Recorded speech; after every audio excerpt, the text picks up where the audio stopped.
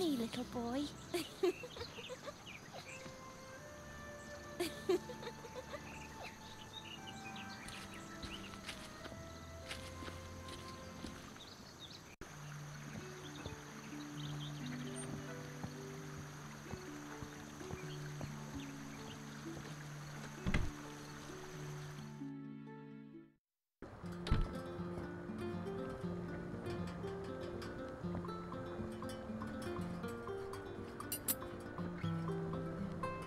I hung the clock part over the key.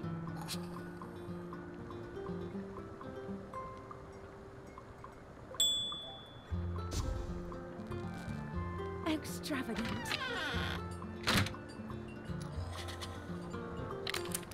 He used the clock part instead of the key without noticing. The door is now open. Now I could even get into the cafe through the back door where nobody's looking.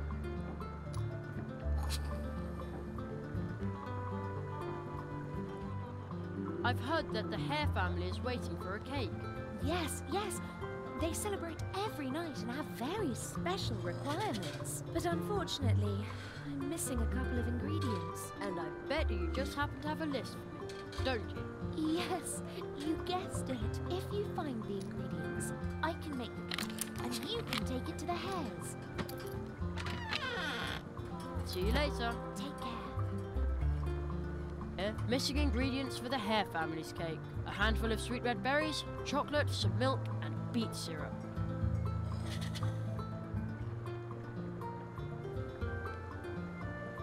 An ingredient for the cake. Thank you, my little cracker crust. All that's missing now is a handful of sweet red berries, and then some milk and beet syrup.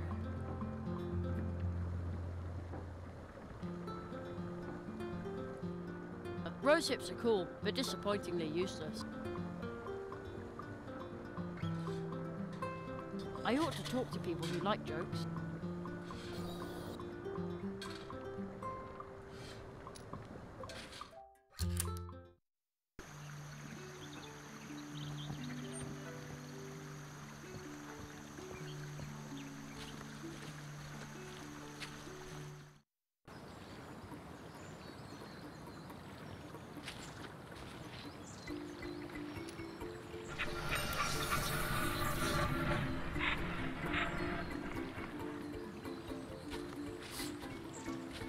The little guy put his clothes on the table. I'll go grab them.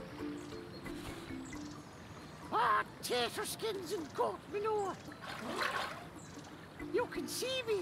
What do you want from me? I'm, looking for a tree portal. You want to break into me world, and I'm supposed to help you do it. Miserable blackmailer. Right. All right. You leave me no choice. Put my clothes back, turn around, and I'll help you. And stop staring at me shamrock. You're... Oh.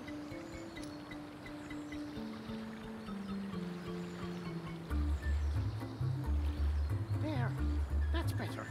Well, rattle me bog. Where's my hat? I still have it. Ah! A professional blackmailer, are ya? All right.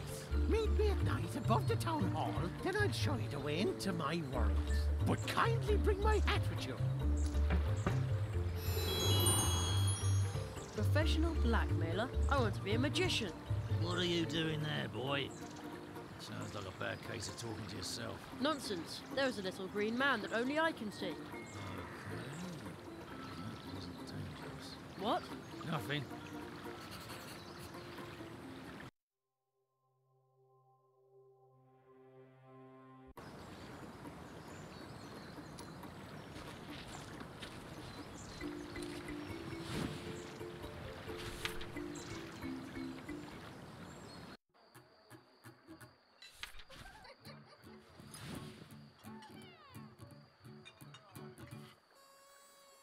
The little man said he would wait in the tree behind the town hall at night. I should return his hat to him. Maybe then he'll help me learn my next spell.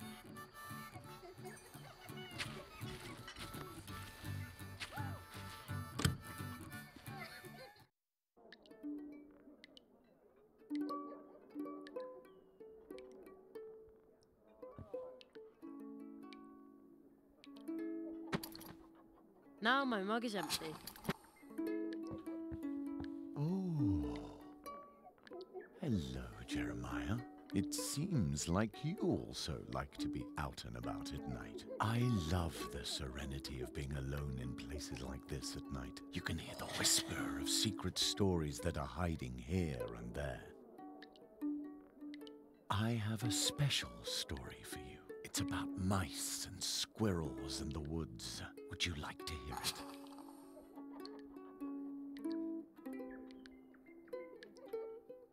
Did you like my story? I often find strange things between the worlds. Fragments of stories long forgotten, lost beginnings, and lost endings. Perhaps there's something you have forgotten. Maybe I can find what you have lost.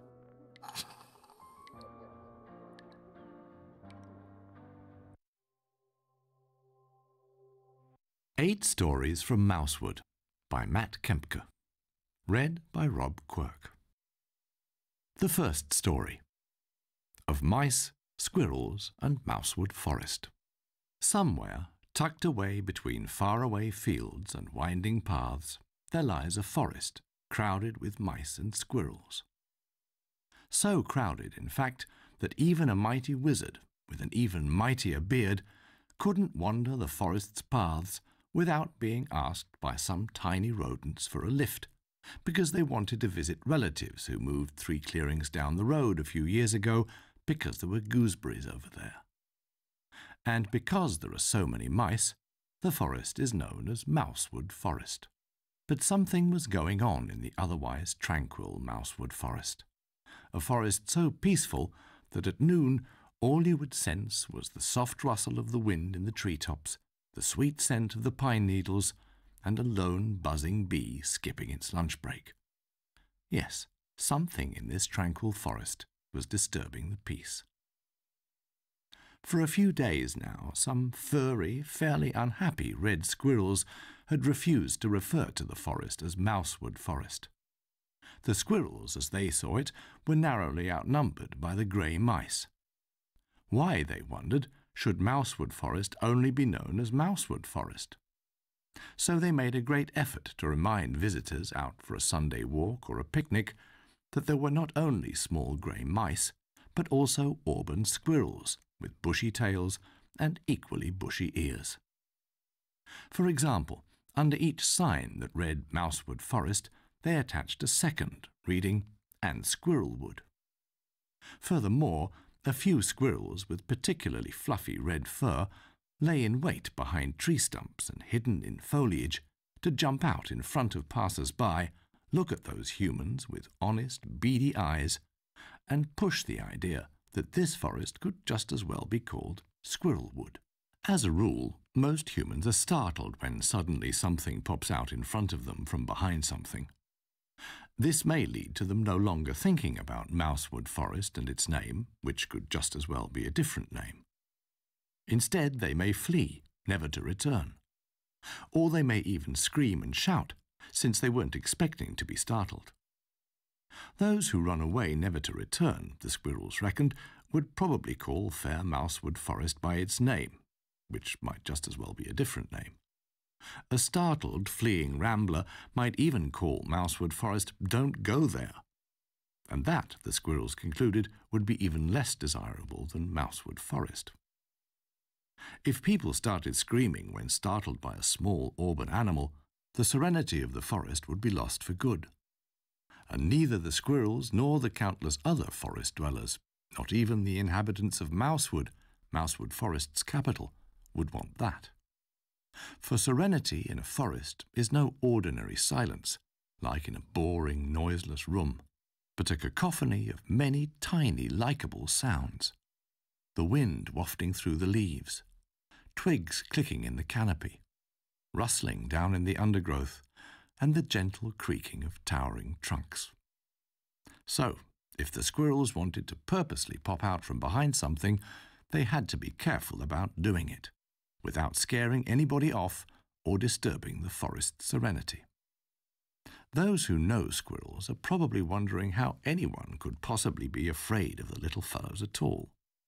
Well, If a small animal with a bushy red tail suddenly crossed your path, you might be briefly startled, but in an instant you'd spot that the little animal was just as much taken by surprise as yourself.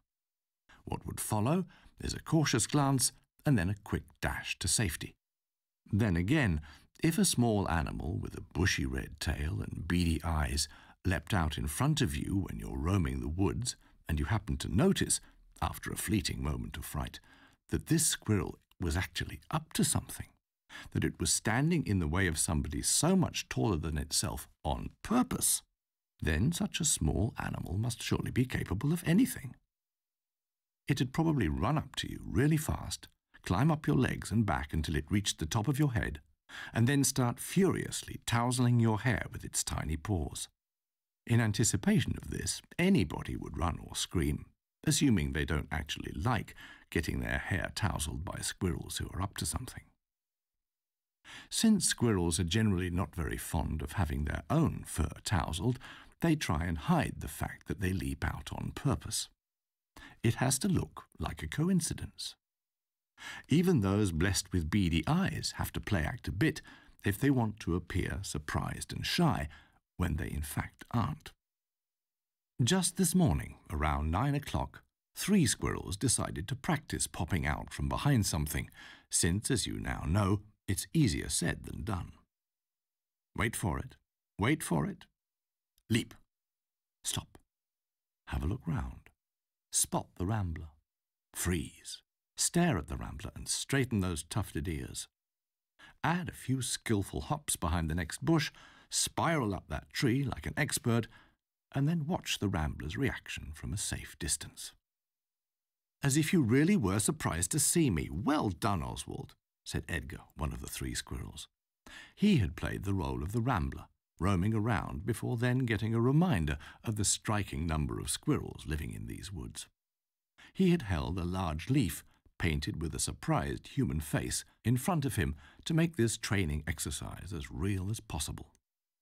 Oswald, the 2nd squirrel, climbed nimbly down the tree, while Edward, the 3rd squirrel, who had only played the role of spectator during this run, hopped out of the nearby bushes. Yeah, really good, he confirmed. Flawless, even. Looked really realistic to me. Thanks, Oswald said. It was time to switch roles. Since Oswald already knew the ropes of popping out from behind something, it was his turn to watch from the bushes. He was in an excellent position to tell Edgar, who had just played the rambler, if he was also good at popping out from behind something, or if there was anything he could improve on.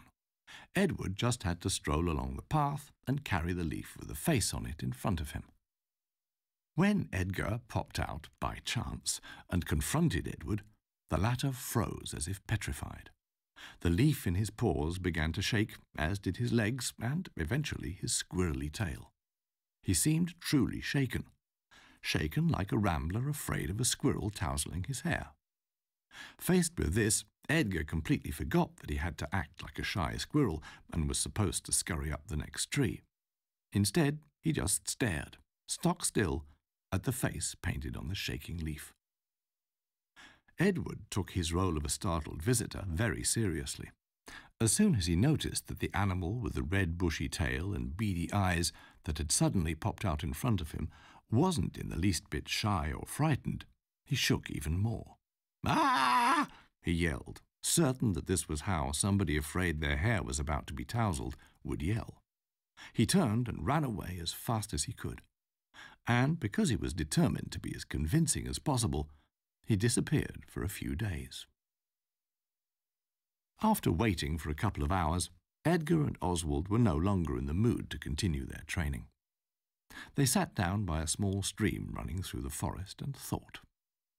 They thought about training, and about the fact that thinking about training was already a good training exercise in itself, sometimes. And then they thought about acorns and nuts. After a while, a group of mice came along the bank of the stream. "Hello there. A very good day to you." "How are you?" Edgar responded. "Good day to you too," said Oswald. One of the mice stepped forward and took a small leaf with writing on it from his rucksack. After clearing his throat, the mouse began to read aloud.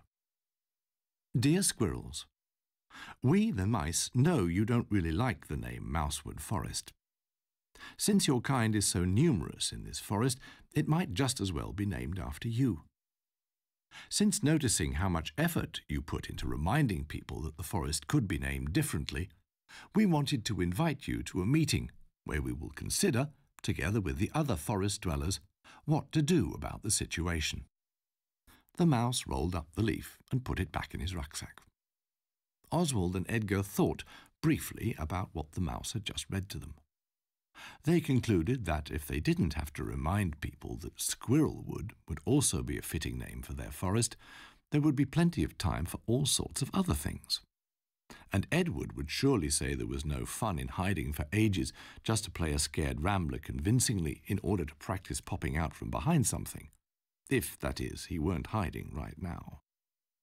So they accepted the mice's invitation and followed them along the stream until they reached a clearing where many other forest dwellers were already gathered.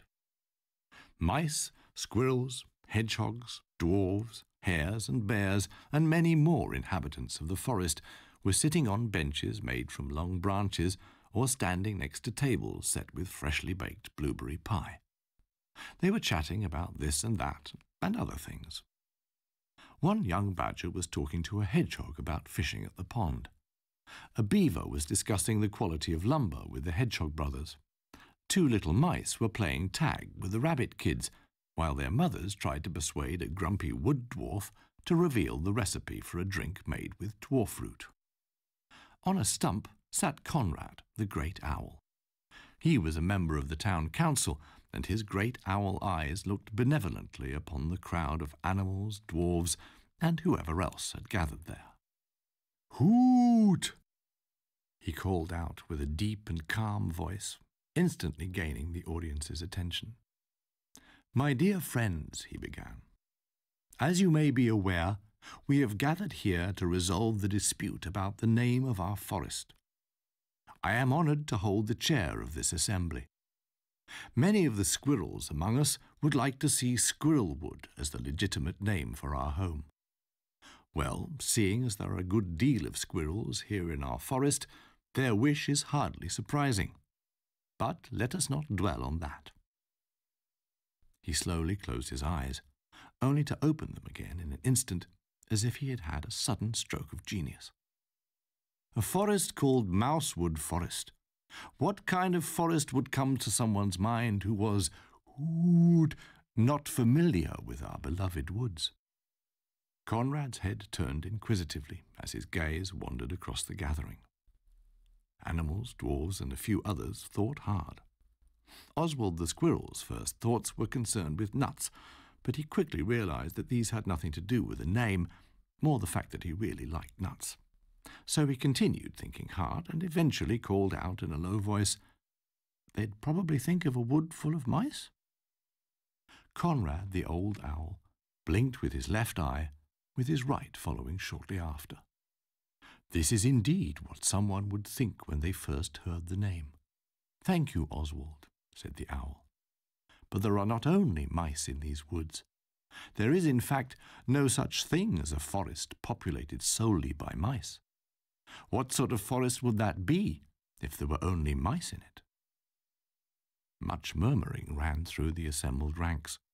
Even the mice had trouble imagining a forest with only mice in. Nothing but mice. "We mice can't do everything on our own," said a young mouse named Humbert, while the older mice nodded in agreement. "All on our own? Impossible," they exclaimed. "You see," said the owl calmly, "and we can't survive without you either." This he said with such conviction that some of the mice flinched. They had good reason to assume that this owl had an occasional appetite for mice, despite his wisdom and kindness. "So, if someone hears the name Mousewood Forest and thinks there will only be mice, they will quickly come to the conclusion that such a thing cannot exist." Conrad balanced carefully on the stump as he spoke. "They will be aware that there must be squirrels and badgers and ants and crows and all kinds of other animals. We all need each other to survive." "But why is Mousewood Forest called Mousewood Forest anyway?" Some squirrels wanted to know, still feeling disadvantaged. A wood sprite nervously clicked some twigs. Because at the time this forest was named, there were a lot of mice here, as there still are today. But even if one day there are fewer mice, this forest will still be called Mousewood Forest. You can't just rename a forest, can you? Just imagine if someone wanted to visit and couldn't find us because the forest had been renamed. Woot! And the squirrels had to agree. They had grandparents who rarely visited since they lived so far away. They didn't dare think how sad it would be if they were unable to visit because they couldn't find Mousewood Forest anymore. Furthermore, Conrad continued, it would not be wise to add squirrels to the forest's name, for then we would have to add the dwarves and all the other animals as well. A name is not supposed to be a census. Woot! Just imagine the confusion that would result. The squirrels preferred to think about nuts and acorns. They were far less confusing. You see, Conrad concluded, it is not about how many of a certain kind are present, or who was here first. This forest belongs to each and every animal living in and near it. Woot! Even if it is called Mousewood Forest, no one would ever believe only mice live here. It is a name, and the point of a name is to paint part of the whole picture, perhaps part of its history. Conrad then realized that most of the animals didn't understand, so he tried to give them an example. You see, someone called Honesty does not necessarily have to be honest. If she is dishonest, she would surely not change her name. Hoot! She would remain Honesty, since that is the name that was given her. The little mouse called Humbert yelled in outrage, but if she were honest, she would return her name. If she were honest, said a surly wood dwarf to Humbert, she wouldn't have to, then she could keep her name. Conrad the owl closed both eyes before he said slowly, but with empathy and a touch of impatience, you do not change a name. You rarely do. Usually you don't. That would have to suffice. He spread his wings, performed 2 quick hops on the stump, and then, with 2 or 3 silent flaps, soared skywards. Some animals were satisfied with his explanation. Others debated whether Honesty could keep her name if she at least volunteered to return it after a single dishonesty, since that would be the honest thing to do. Others swiftly made their way home, unsettled by the huge owl circling overhead. The squirrels, Oswald and Edgar, were now looking for Edward. He had managed to hide in exactly the way someone afraid a small animal with a bushy red tail and beady black eyes would leap on his head and furiously tousle everything up there would. They walked slowly along the stream. The hubbub faded with each step they took away from the clearing and eventually died away. Wind rustled the treetops, and Oswald paused, pondering. So, the wood is not very much like its name, but it doesn't need to be, since names don't change. It just is. Even though the forest is constantly changing and growing, it just takes its name along with it. Edgar nodded eagerly. Both were glad that, since the forest could not just be renamed Squirrelwood, they and their well-hidden friend would have the next day off. Because somebody, at some point, when the forest was much smaller, had given it its name. And you don't change names. Well, rarely. Usually, you don't. Second story.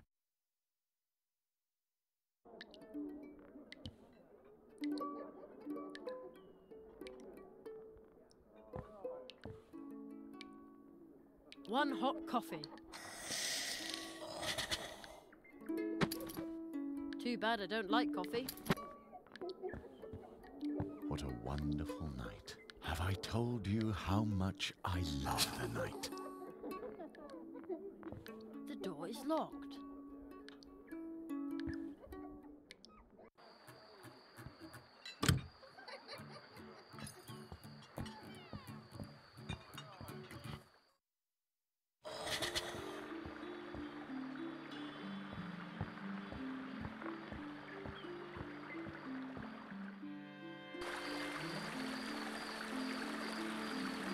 I've got a little present for you. Who? What? Oh, what an aroma. Brewed fresh.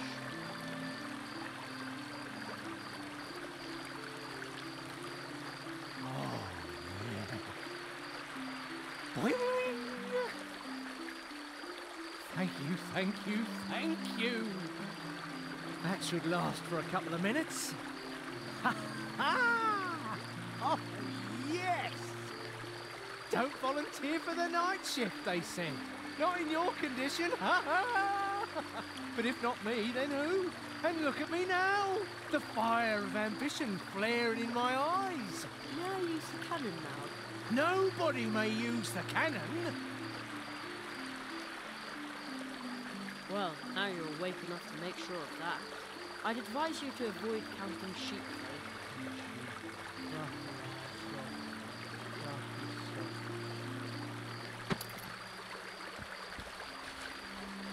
The little man said he would wait in the tree behind the town hall at night. I should return his hat to him.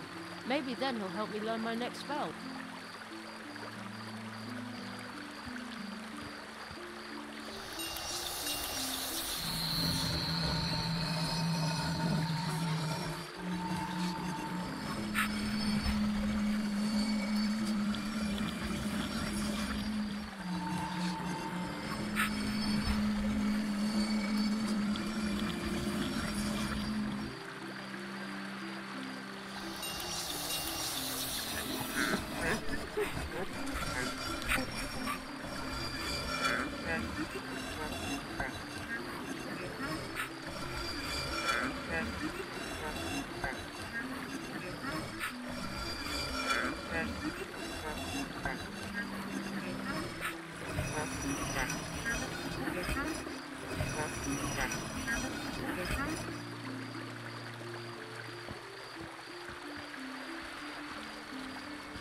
Good evening.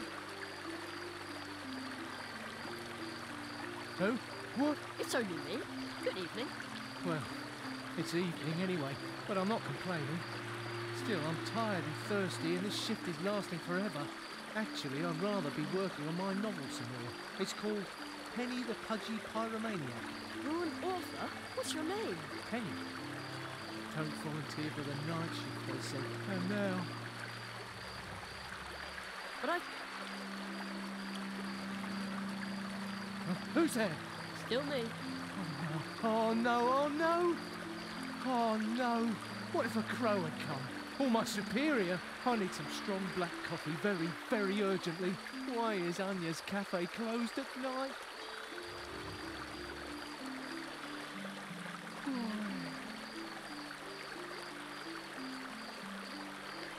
Okay, I'll try to get you a mug of coffee. Oh, No problem. I'd advise... no, no.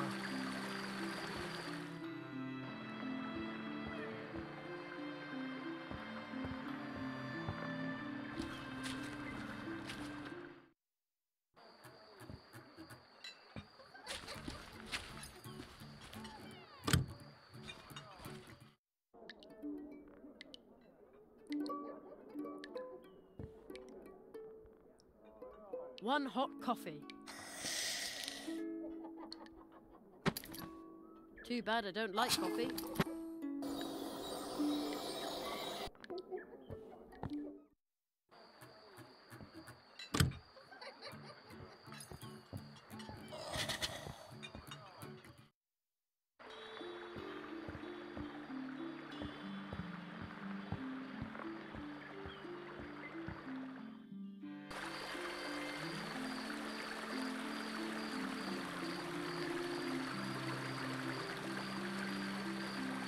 A couple of drops should be enough. I've got a little present for you. Oh, what an aroma! Brewed fresh.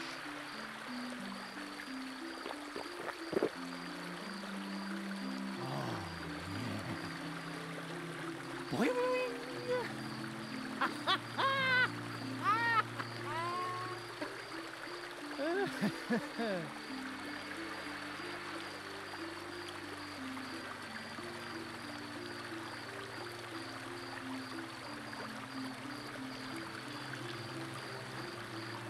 He's asleep. These sleeping drops are really strong. I'm starting to feel guilty. Well, who knows? 40 winks will probably do him wonders.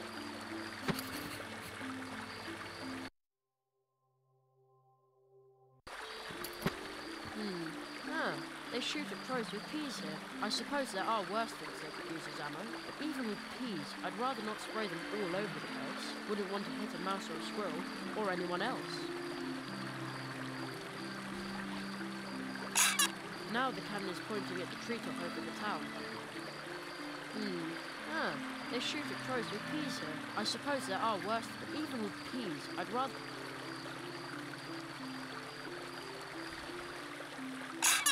Now the cannon is pointing towards the fields.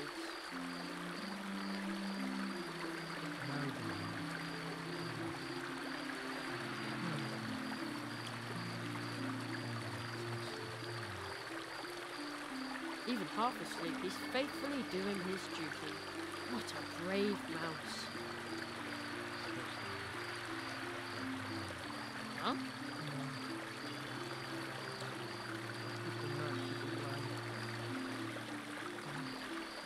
Don't give them to me. No.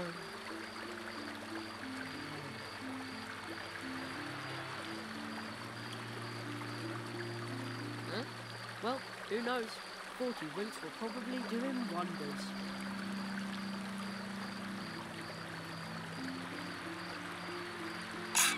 Now the cannon is pointing at the treetop over the town. That won't work.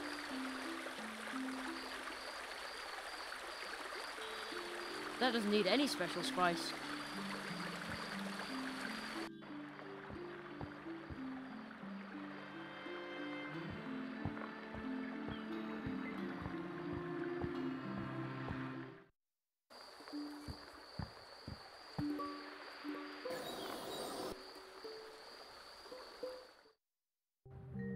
Uh-oh, I think Conrad is still awake.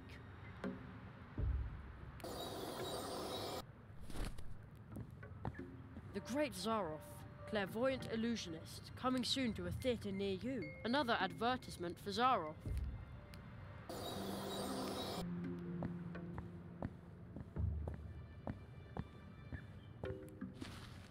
Rather boring paperwork. Old, but boring. What's that? Another card.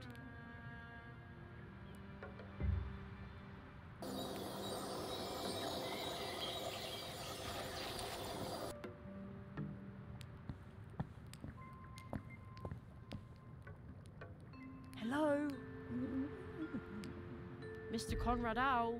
No. Your caramel-coloured fur. Just like toffee fudge. I think he's asleep.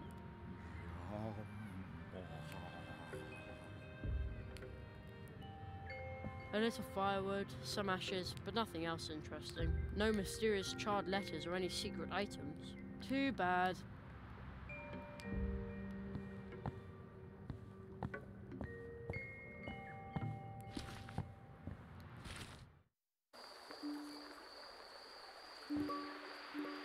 Oh man, it's really dark up here. And cold too. At home, I'm not allowed to climb around on rooftops. At home, I'd be reading comics under the covers with a flashlight now.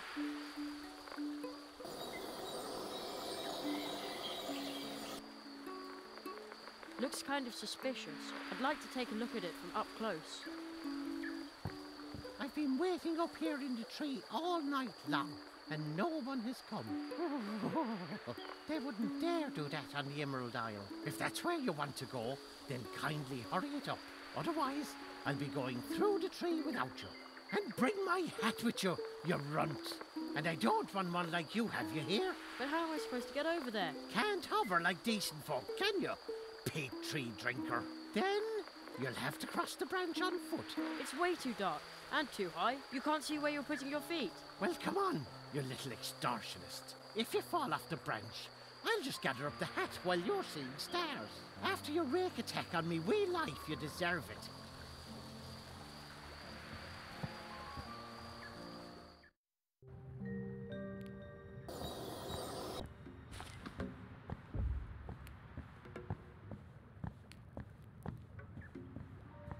Locked.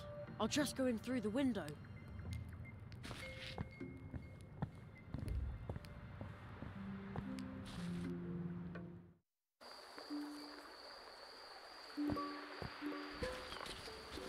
What a weird statue. There's a little stone face in the crystal. And some kind of amber thing. I hear a fine sound, very, very softly, like someone flicked the glass.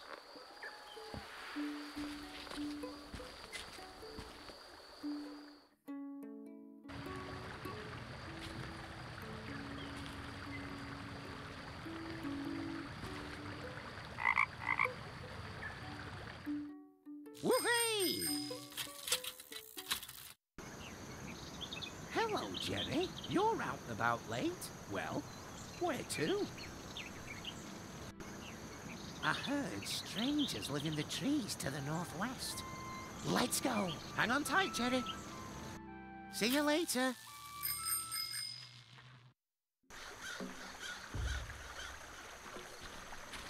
Looks like we'll have to get our mosquito bites somewhere else then.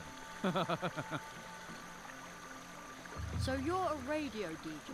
Yes, unfortunately the swamp path is still flooded, so I can't continue. I would love to broadcast again. I've been broadcasting from the swamp ever since the crows pulled apart my old trench. Swamp Radio 103.6, 5.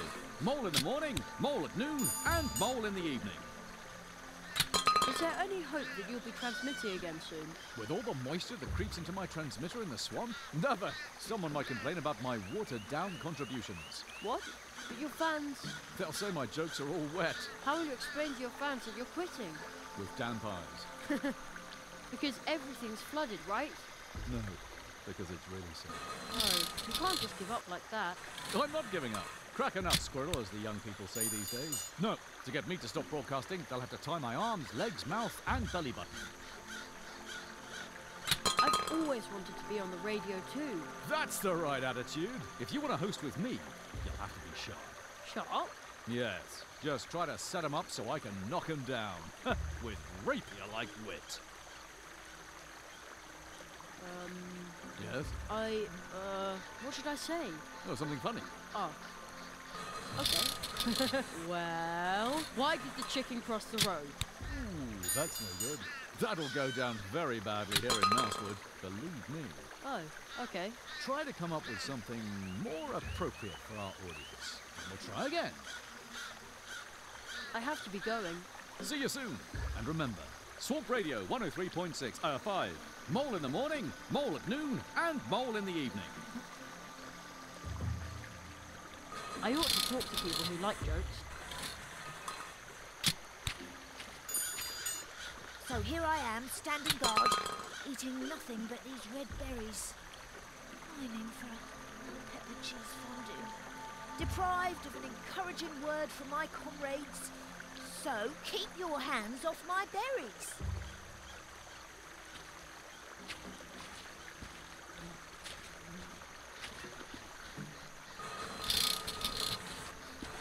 Hard black beaks of doom hacking away at your little soul. Sometimes you just need to talk to a certain stranger to gain a bit of luck. You could use a little luck. Well, a small amount of luck would be enough to help you. Huh? We have arrived. We will be the solution. Okay. Weird.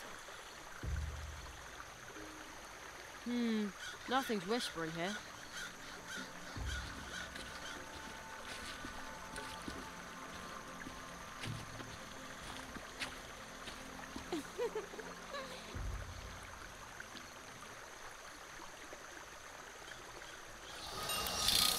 You're funny, little boy.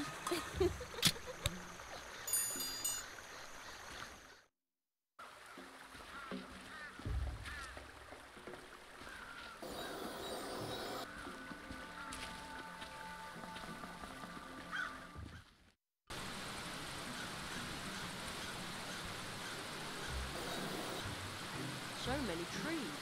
I wonder how many animals live out there, and how many of them like to drink blue juice.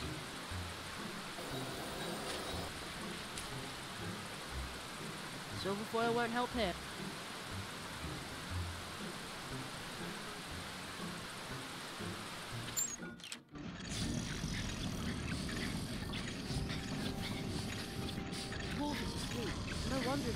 working night shift.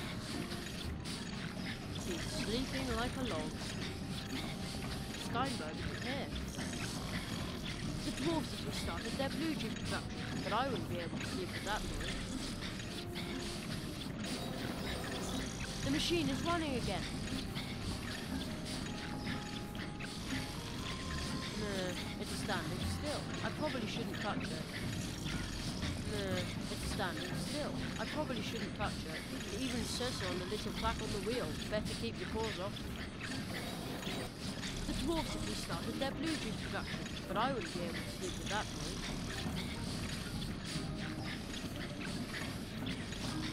And it's turning to the left. Cool. So this is how you make blue juice. No, that doesn't belong in my cake. No, that doesn't belong in my cake.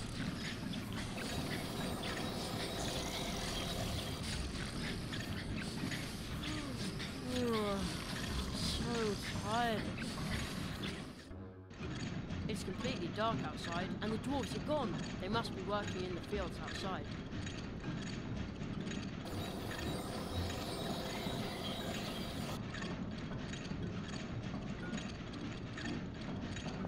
I can see the waterfall out there.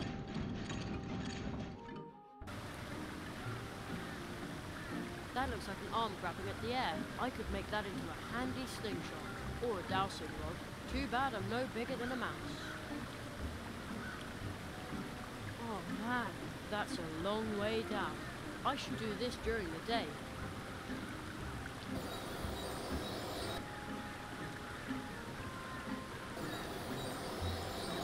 These guys are really hard workers. I hope they dressed up warmly, or else they'll catch the dwarf cold again. Dressed up warmly? Us? Bah! Dwarves have no need for warm clothes. But you only just had a terrible cold. Bah! Bah!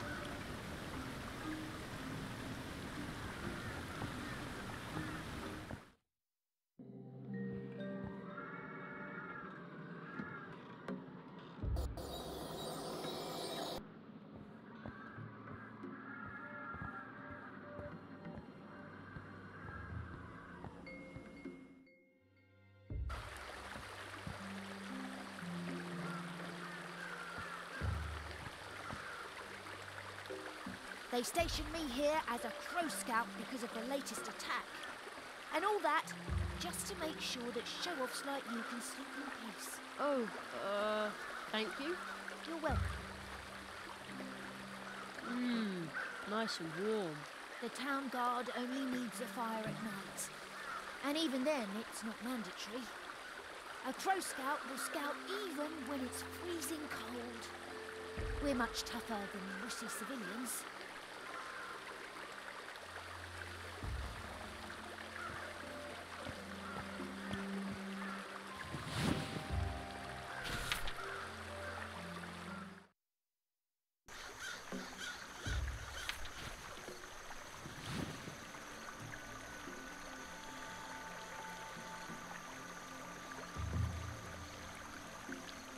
Rose hips are cool, but disappointingly useless.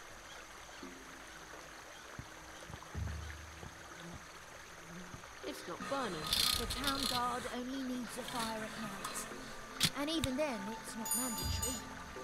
A crow scout will scout even when we're much tougher than wussy civilians.